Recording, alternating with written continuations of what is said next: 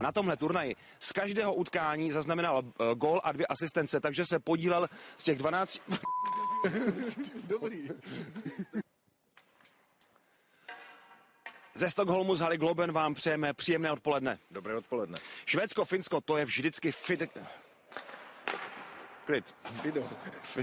Tak můžem? Jo, já jsem ready.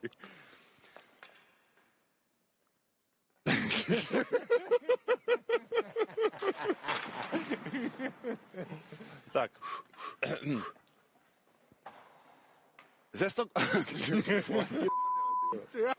Dobrý.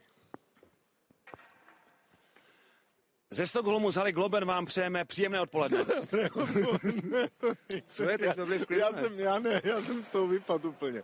Dobrý, a teď už se soustředím, po druhý to neudělám.